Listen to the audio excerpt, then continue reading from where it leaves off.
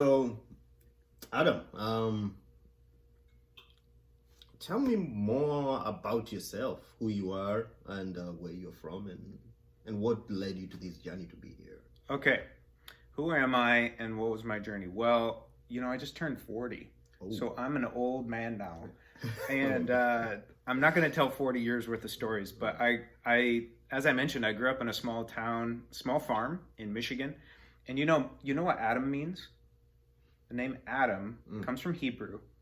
And if anyone's heard the old story, Adam and Eve, it's an old Bible story. It means Oh, man of earth. okay. So my father, being a farmer, he said, I want my firstborn son to represent what I do, right? Mm-hmm. So I'm like, you can also say dirt. Like my name is Dirt, but we're gonna make it worth more than that. Yeah. So I grew up on a farm, and actually farming and agriculture, the earth and growing things is really important to me. And I love that aspect of creating business, creating opportunities. So these are some of the things that really excite me. And I came into coffee because I got a chance when I was in university and visited a Costa Rican coffee farm.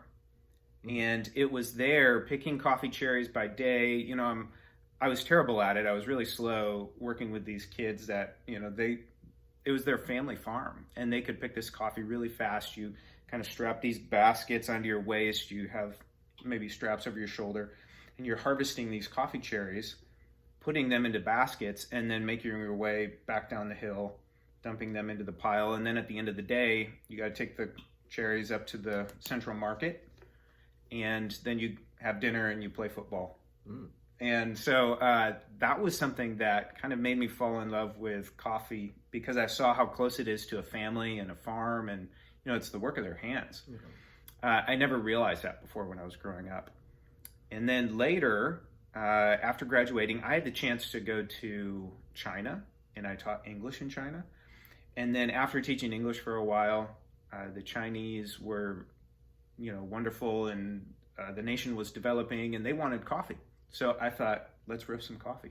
So I started a coffee roastery, and I had no idea at the time what I was getting into.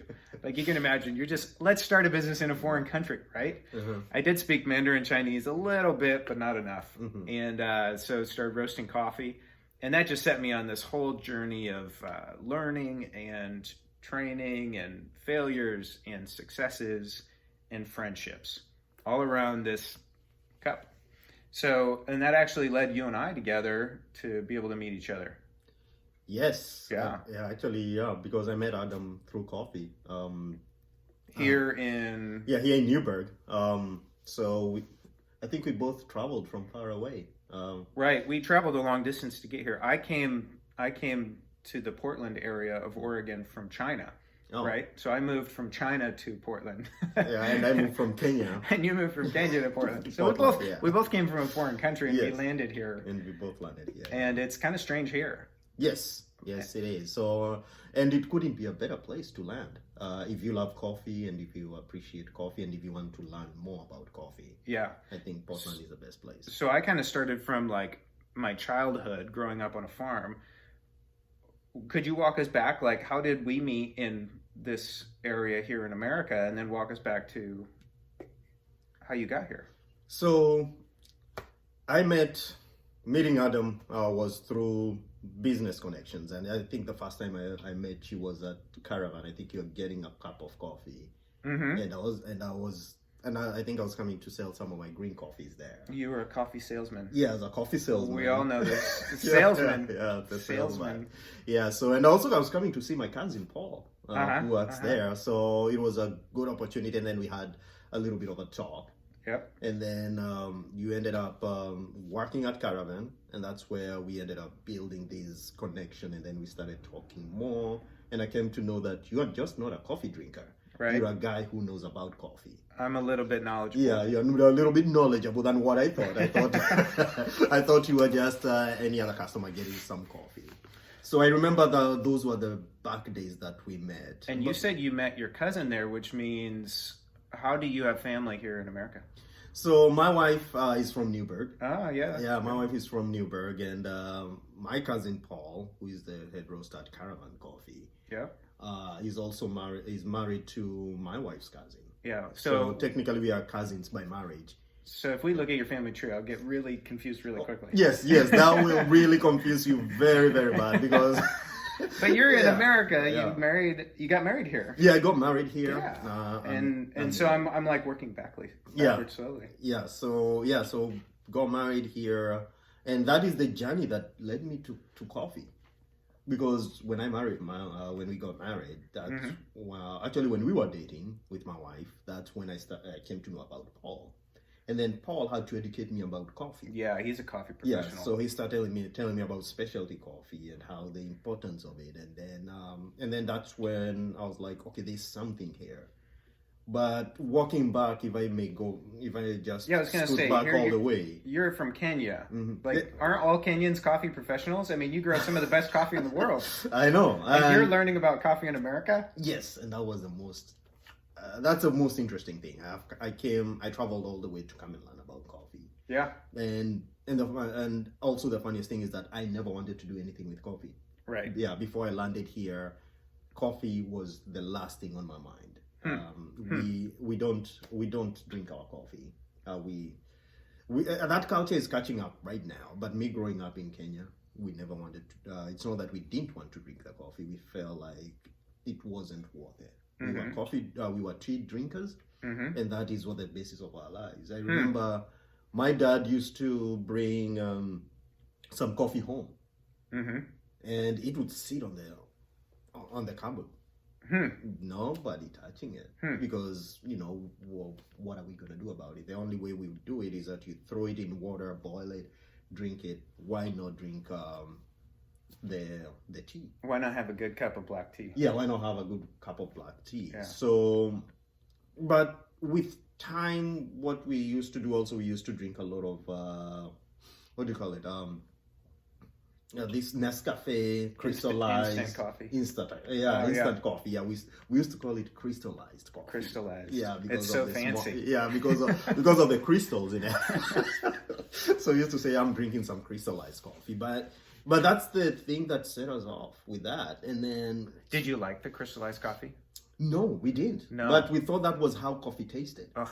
Because we never had an opportunity to drink a good cup of coffee. Yeah. So we always. Do you know what's so sad? I'm sorry to interrupt you. Do you know what's so sad? When I was harvesting some of the best Costa Rican coffee, I love Costa Rica coffee. It's one of my favorites. Yeah. The next morning, we're eating breakfast, and they would serve us instant coffee crystals. Yeah. Here we were picking fresh coffee cherries the day before, sending them to market. Who knows where they got sold? And then we're drinking instant crystallized coffee for breakfast. And it was so bad. Yeah, it's so bad. It was so bad. Like, I didn't even want to drink it. I went outside and found some fresh bananas. I'd rather have a banana than a bad cup of coffee. Yeah, but that's the thing. For us, we didn't think it was bad. We thought that is You just thought it was normal? We thought that is how coffee should taste. Oh, wow. And for us, it's like if you gave me another coffee, I'll be like, we used to call it, and I'm translating this from my native language. Right. We used to call the fresh coffee that you would do like a drip coffee. We used to call it the devil's coffee. Wow. Yeah. Because why? I have no idea where that came from. That's the best I probably have to ask, but that's what we used to call it. We used to say, "Are you drinking?" And then these are direct translation. We used to say, "Are you drinking devil's coffee or are you drinking Nescafe?" Nescafe was fancy. Wow. Devil's coffee was like, wow. What are you doing? I've never heard that. Yeah. So we call it kahawangoma. Kahawangoma. Yeah. That's Swahili.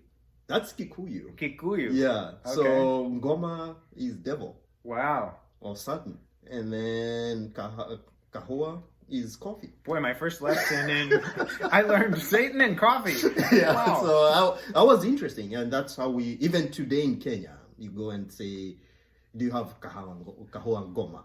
Kahawangoma. Like I would go to a restaurant and ask them for devil's coffee. Yes. Yeah, if you say devil's coffee, they'll be like, "What are you talking about?" But if you say it in the language, they'll bring you that coffee. Okay. Yeah, okay, which is a very interesting mix. Yeah. So for us, growing up in that environment, I never wanted to get into coffee. I never grew up in coffee, but I knew how important coffee was for us.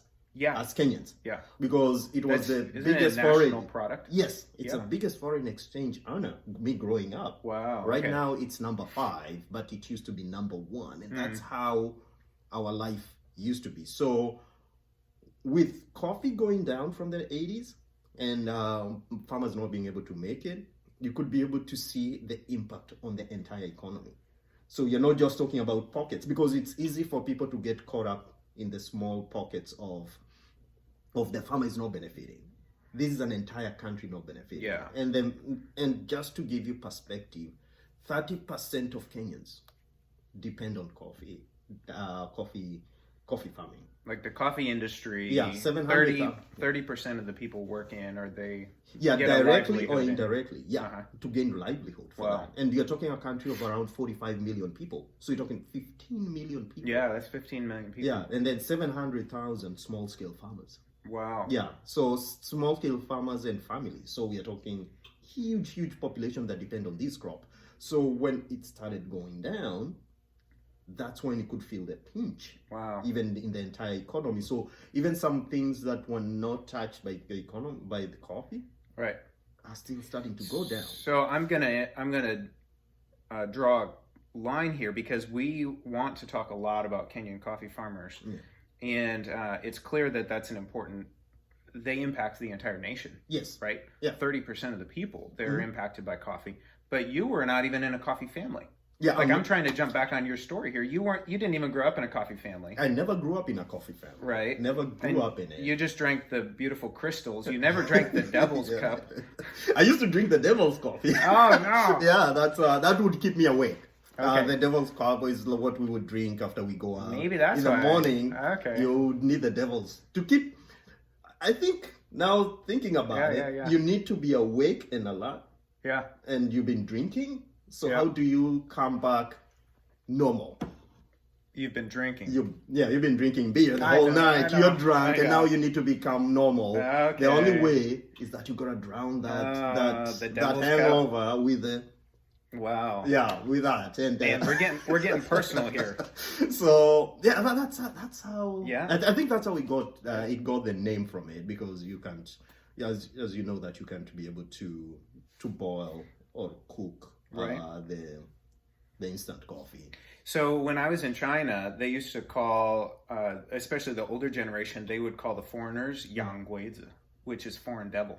Oh, Yeah. interesting. So it would be cool if they called me like the foreign devil coffee. Yang Guizi, Ibe Cafe. Yeah, I'm good. Yeah. So how old were you when you came to America? So when I came to America, I was let me calculate here. I was 31. 31 when you Yeah. came to America. Yeah. So I knew my goal was very simple. Yeah. I hopped on a plane Mm-hmm. to come here, train as a pilot, hop on a plane, go back home, Wow. and start my pilot career. Okay. That was in 2007. Now, two things happened. 2007 and 2008. Those were exciting years. Yes, they were very exciting years, because number one, I had a plan. Yeah. I had mapped it out. My life was mapped out. Yeah. Like, I knew what I wanted. I needed to go back and do all this good stuff. Mm-hmm. And then I landed here, and that December, I landed here in June. Oh, man. And then that December, there was electoral violence in Kenya. The economy went dead. Oh, what? Electoral violence. Yeah, electoral violence. That Oh, was yeah. so bad. We lost hundreds of thousands of people lost Yeah, their homes. right. Yeah, thousands of people lost their lives. It's the worst we've had in Kenya. And the worst thing is, I didn't know about it. Mm. I woke up in the morning, went to train, went to the airport, and I'm training, and I got my bag. I'm ready to go for my flight. And then my instructor calls me on the side, and he asked me, "Do you know what's happening in Kenya?" Wow. I said, "I don't know." He's like, "Why are you here?" I said, Yeah. "Why? I should be here. I'm training." And he's like, took me to go see CNN. Oh, wow. And then that's how I saw the violence. So it was crashing for me. I couldn't even train that day. I got back, went back home. You went back to Kenya. Wow. No, went back to Kenya. Oh, you went back Went home here. back to Yeah. to my house where I was living in Seattle. And that's when I just sat there, and life was that. So I started frantically calling my where the violence hit was my hometown. Oh man. Which was in the Rift Valley, a town called Molo. So I am there. There's all this violence, and I'm worried about my dad. I'm worried about a lot of my family that is there. Mm-hmm. And then I come to know that one of my uncles was killed in those violence. So that it was not only the violence, but now violence is very close home to me. Sure. The plan that I had went up in smoke. The economy crashed. Yeah, because this of is that the violence. global financial crisis too. Yeah, there's a global financial. There's now the violence you have in the Kenya, and Kenya now economic political political crash. thing. It crashed, and there I was. Wow. I didn't know how to start with it, and fortunately, I through the help of friends, I was able to actually be able to continue with my training. But all the investments that I had that was supposed to support this dream, Mm-hmm. they're going back up in smoke. Wow. And you're seeing it, and there's nothing you can do about it. Wow. And that's, and that's how, for me, I think that it's at that moment I started thinking, how can a neighbor rise up against a neighbor? Mm-hmm. Because we lived peacefully, Mm-hmm. but now we just fought, and we almost went to civil war. How does that happen? So that's when the thing of we need to think about this, and how can we be able to do that? And that's when the first idea that came to my head is, it's not the old men fighting, must be the youth. If the youth are fighting, why is the youth fighting? There must be something. There must be something people feel like they are missing an opportunity. Yeah. That needs to be fixed. And that's when I started, that thing that hit me was, how can I give back? Yeah. Yeah. Instead of thinking of how things can go wrong, I started thinking, how can I give back? Was that the second thing you mentioned? Yes. Yeah, so that's the second thing I mentioned. So that's when I started thinking, how can I give back? And then it was during my training. I was given a Starbucks gift card, by one of the ladies. Her name was Bridget. She gave me a card to go enjoy a cup of coffee. Wow. Thank you, Bridget. And I'm looking at this card and I'm like, I don't know what this thing is. Wow. Yeah, I thought it was like a credit card because it looked fancy. And here I am from Kenya. Yeah. And I have a card. So I took that card. You mean Starbucks wasn't everywhere in Kenya in 2007? No. Even gift cards. Even gift cards were nowhere anywhere. So there's a plastic thing, and the only plastic thing I knew came from the bank. Right. So I put it on my bedside, and months went by. I meet my wife, and as we are talking, I was like, I gotta be open because I don't know what I'm gonna do with this card. So I told her, I have this thing. How do I use it? Is there a bank called Starbucks that I can be able to go get some? There is a bank called Starbucks now. Yeah, so that I can be able to go get that. So and that was my journey in coffee. So that is what led. Welcome to America. Yeah. What do I do with this Starbucks card? This Starbucks card. And actually, that's what led Maya to be able to. We go drink the coffee, and I was like, this is so. Like, it was a very sweet coffee. Yeah, you got some and then frappuccino, latte, something. Yeah, and I start seeing all these coffee shops around, and I'm like, what is this? And then I remember that's when my wife told me, hey, at that moment when she told me it's about coffee, that's when I said, hey, we grow coffee in Kenya. Yeah. So at that moment it hit me. Oh yeah, we grow coffee in Kenya. 1 + 1 equals 2. I got this. Yeah, we grow coffee in Kenya, and actually farmers suffer.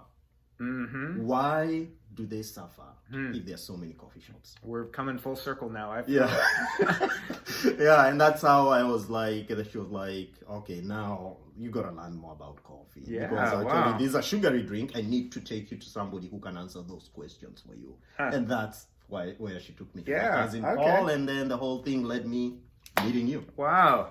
Man, so that was, you really landed that plane. You're a good pilot. You learned something in flight school. Yeah. You're not flying airplanes now, though, are you? No, but that's the best thing I've ever learned, and That's great. Yeah, it's an amazing thing. I wish everybody could learn how to fly, because it allows you not to see things this way. It allows you to visualize life in that perspective, because Well, that's one thing life. helps another. That's life in another country. Hmm? I mean, when you come to another country, when you live in a foreign country, Yeah. you know, you have to suddenly your eyes just open up. Yes, exactly. You say, "Oh, this is the world." Yeah, these are. Oh, you know, Yeah. like it's not from my small farm town that I grew up in. Yeah. Now I see the world. Okay. Yeah. So. Well, that was great. There are so many things I would love to unpack there. We're not going to do it all right now. So this is Adam And this is Francis. signing off. Francis, the devil coffee drinker, and Adam, the Yang Guizi. We'll talk to you next time.